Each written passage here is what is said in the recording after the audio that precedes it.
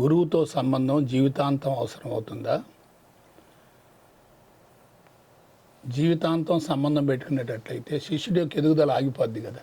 ఖచ్చితంగా. ఇప్పుడు అసలు ఈ గురువు కూడా ఆయన ఒక్క శిష్యుడినే చూసుకుంటూ ఉండాల్సి వస్తుంది, ఇతర శిష్యుల వైపు దృష్టి పెట్టేకుండదు. గురువు అన్న శబ్దం మీద విశ్వాసం, గురువు అన్న శబ్దం మీద విశ్వాసం మనసులో ఒక్కసారి పరిపూర్ణంగా ఫలానా ఆయన దగ్గర నేను ఇది తీసుకున్నాను, ఇంకా ఆయన తర్వాత ఎప్పుడెప్పుడు ఏం చెప్తాడో నా అంచెలంచెలుగా ఆయనే నన్ను తీసుకుపోతాడు, ఈ క్లాసు ఈ సబ్జెక్టు నాకు ఇచ్చారు, దీన్నే నేను చేసుకుంటూ పోతాను. ఆ తర్వాత మధ్యలో ఆయన ఇంకో సబ్జెక్టు చెప్పారు, ఇంకా ఈజీ చెప్పారు, దాన్ని చేస్తుంటాను. సగము చేసేసినాక భ్రమర కీటక న్యాయం అయిపోతుంది. అక్కడే కొంచెం ఈ శిష్యుడు జాగ్రత్తగా ఉండాల్సి వస్తుంది. ఓహో నాకు ఇంకా తెలిసిపోయింది, మా గురువుగారితో అవసరం లేదు, నేను చెప్తాను రండి అంటే కాదు. ఇప్పుడు విషయం ఏంటంటే ఆ గురువు చెప్పిన దాన్ని ఇంకో 10 మందికి నేను చెప్తాను. నేను మీడియేటర్ మాత్రమే, ఆయన ద్వారా జరగబడుతుంది అన్నవాడు ఉత్తమ శిష్యుడుగా జీవితకాలం బతికుంటాడు. కానీ మానవుల్లో స్వామి ఇంతకుముందే అన్నట్లు తపన, నన్ను గుర్తించాలా అనే తపన, కోరి గుర్తింపు తెచ్చుకునే దానికి ఆటోమేటిక్గా పరమాత్ముడు ఇచ్చి పంపిస్తే వచ్చే గుర్తింపుకును హస్తి మస్తక తేడా ఉంటుంది, ఏనుగు దోమకున్న తేడా. వీళ్ళు ఎలక్టెడ్ అండ్ సెలెక్టెడ్ పర్సన్, ఈయనలాగా నేనైపోవాలంటే అయ్యలేదు, ఇంపాసిబుల్. అయ్యేంత చేతనైనంత వరకు ప్రయత్నం చేస్తాను. అవును, ఆ ప్రయత్నం సక్రమమైన ప్రయత్నం అయితే ఆయన ఆశీర్వాదాలు ఇచ్చి ఇదో ఇట్లా చేస్తున్నావు, ఇంకా ఇట్లా చేయి, ఇంకా ఇట్లా చేయని ఇంకా ఉన్నత స్థితికి తీసుకెళ్తారు. విషయం ఏంటంటే స్వామి, ఇప్పుడు మీరు అన్నట్టు 5వ తరగతి వరకు ఒక టీచర్ కావాలి, 6th క్లాస్కి వెళితే 6 టీచర్లు వస్తారు, అదే ఇంటర్మీడియట్కి వెళితే ఇంకా పెరుగుతారు హై స్కూల్ దాటి. ఇక్కడ ఏమవుతుందంటే 5వ తరగతి వరకు ఉన్న గురువుతోటే జీవితాంతం కంటిన్యూ అవుతున్నారు. దానివల్ల ఏమవుతుంది, అసలు ఈ పోలికే కరెక్ట్ కాదు. ఈ గురువులు కాదే, ఆధ్యాత్మిక గురువు వేరేనే. ఇదంతా భౌతిక గురువులు. ఆధ్యాత్మిక మార్గంలో కూడా నాది ఈ మార్గం, మా గురువు ఇది, ఆయన ఇది చెప్పాడు, ఇక నాకు వేరే అవసరం లేదు, ఇదే నాకు ప్రామాణికం అని చెప్పి ఇక they are going with blind faith.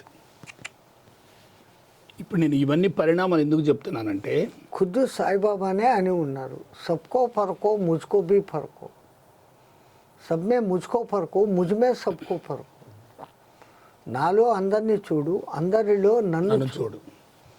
అన్నీ తెలుసుకుంటూ మా భిక్షమయ్య గురువు గారు చెప్పిన దారి ఇది, ఓ ఫలానా అయింది ఇది, అంతే. ఈ రెండింటిని కంపేర్ ఎప్పుడు చేసినావో నువ్వు గురుద్రోహం చేస్తాను. అవునవును.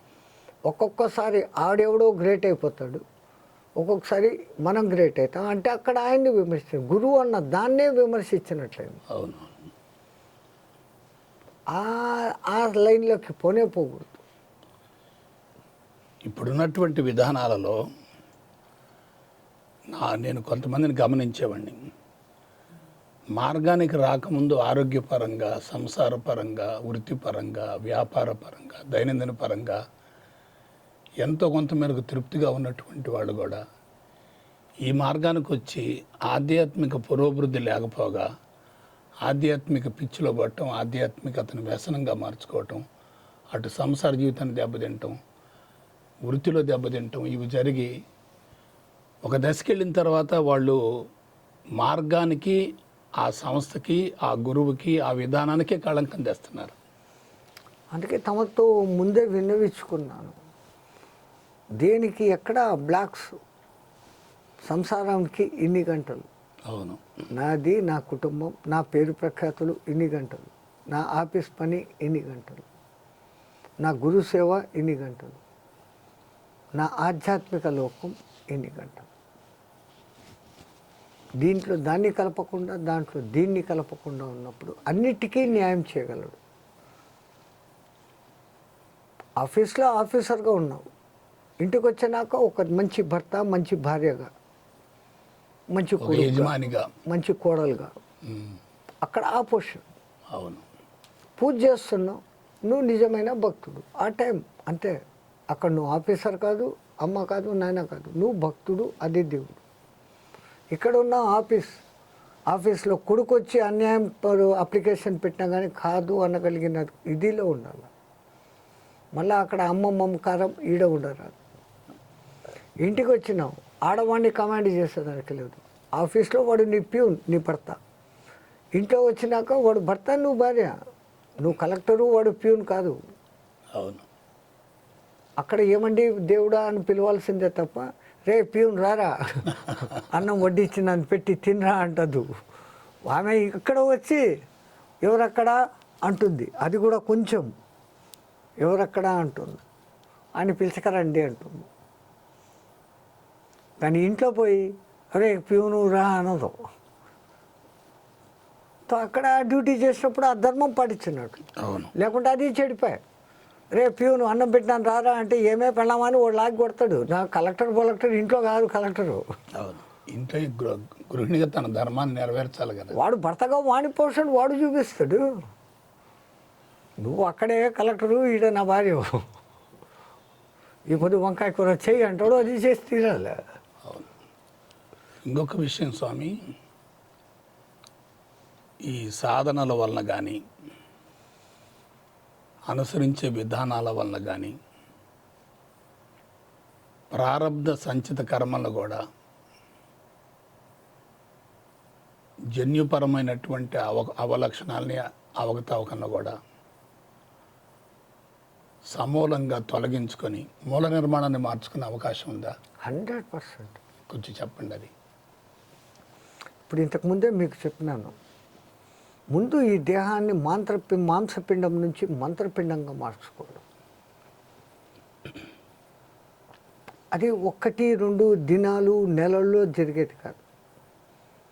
చాలా చిన్న వయసు నుంచి ఆ లైన్లోకి తీసుకొని పోవాలి. అందుకని మన పూర్వ సనాతన ధర్మంలో 5 ఏళ్ళు నిండిన పిల్లోని గురుకులానికి పంపించేసేవాళ్ళు. వాళ్ళు వచ్చి మళ్ళీ చూసేది లేదు. అక్కడ వాని ఇష్ట ప్రకారం 12 ఏళ్లకు 1 వేదము, 24 ఏళ్లకు 2 వేదాలు ద్వివేదిగా మారో బయటికి వచ్చేవాడు.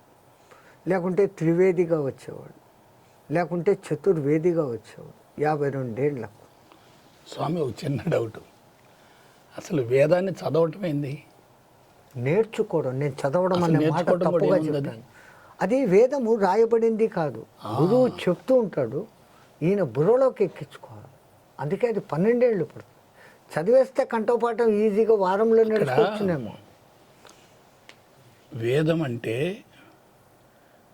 నేర్చుకోవటం కాదు, తర్ఫీదునివ్వటం కాదు, వల్లు వేయటం కాదు, బోధించడం కాదు, చదవటం కాదు.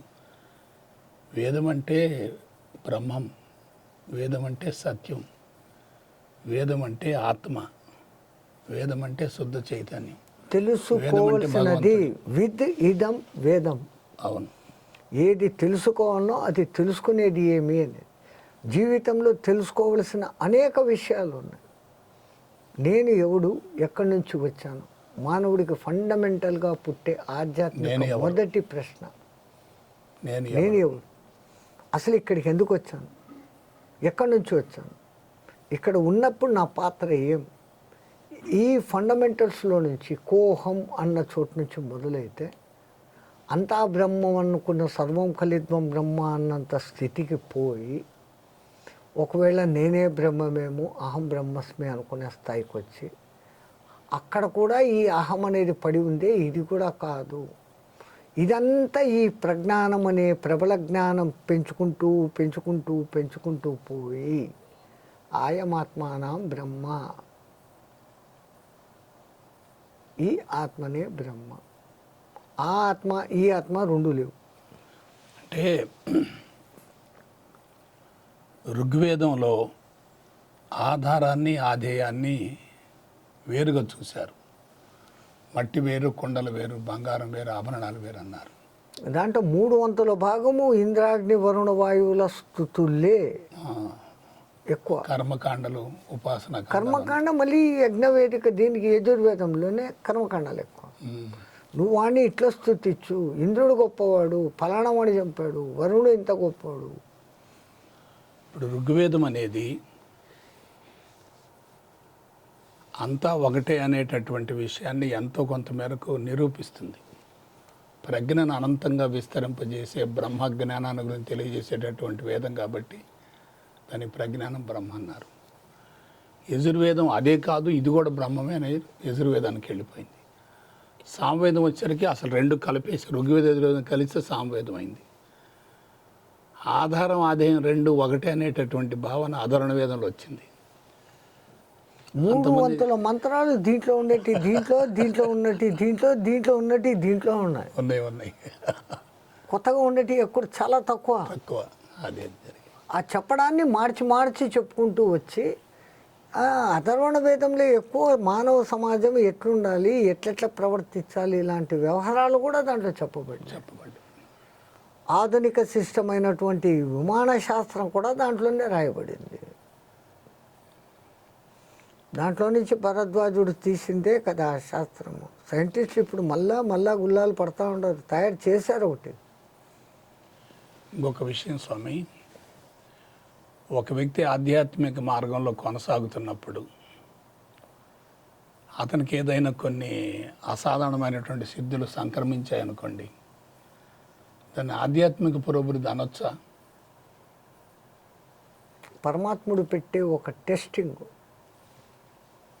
ఒక గుక్కకు బిస్కెట్లు వేసినట్లు వీడు ఈ మాయలో పడి నాకు ఇది ఉన్నాయి అనుకుంటాడా, వీటిని కూడా సమాజ హితానికి వాడతాడా, అసలు వాడకుండా వాటిని త్యజించి పక్కన పెడతాడు, వదిలేస్తాడా అనే ఒక టెస్టింగ్. వాడు ఎప్పుడు లిట్మస్ టెస్టులు పెడతానే ఉంటాడు. ధర్మరాజుకి ఎన్నిసార్లు వాడు యక్ష ప్రశ్నల రూపంలో ఒకసారి వస్తాడు, మళ్ళీ ఆ కుక్క రూపంలో ఒకసారి వస్తాడు. అన్ని లిట్మస్ టెస్టులు పెడతాడు కదా ధర్మరాజు. అవునవును. కాబట్టి నా అంచనా ప్రకారం ఒకవైపు బలమైనటువంటి పెట్టుబడిదారీ వ్యవస్థ మేధావుల చేతుల్లోకి వెళ్ళిపోయింది. రాజ్యాంగం అంటున్నారు, పార్లమెంట్ అంటున్నారు, అసెంబ్లీలు అంటున్నారు, పీనల్ కోడ్ అంటున్నారు, న్యాయశాస్త్రం అంటున్నారు, లాయర్లు అంటున్నారు, చట్టాలు అంటున్నారు, యంత్రాంగం అంటున్నారు. అదొక మేధావులు ఏర్పరచుకున్నటువంటి ఒక పెద్ద మాయా వలయం. దానిలో ఆధ్యాత్మిక విధానం కూడా చిక్కుకునిపోయింది.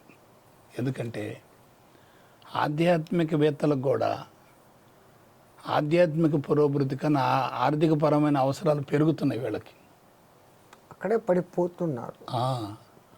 ఆధ్యాత్మిక అవసరాలు పెరగటం వల్ల వీళ్ళలో కూడా తెలియకుండానే వ్యాపారాత్మక ధోరణి కొనసాగుతూ మార్గానికి కళంకం వచ్చే అవకాశం ఉంది కదా.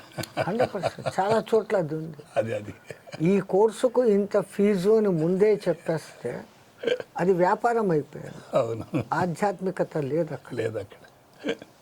ఆధ్యాత్మికతకు డబ్బుకు లింక్ ఉండదు. కానీ ఈ లోకంలో ఇప్పుడున్న స్థితులలో డబ్బు లేకుండా ఏ పనులు జరగవు.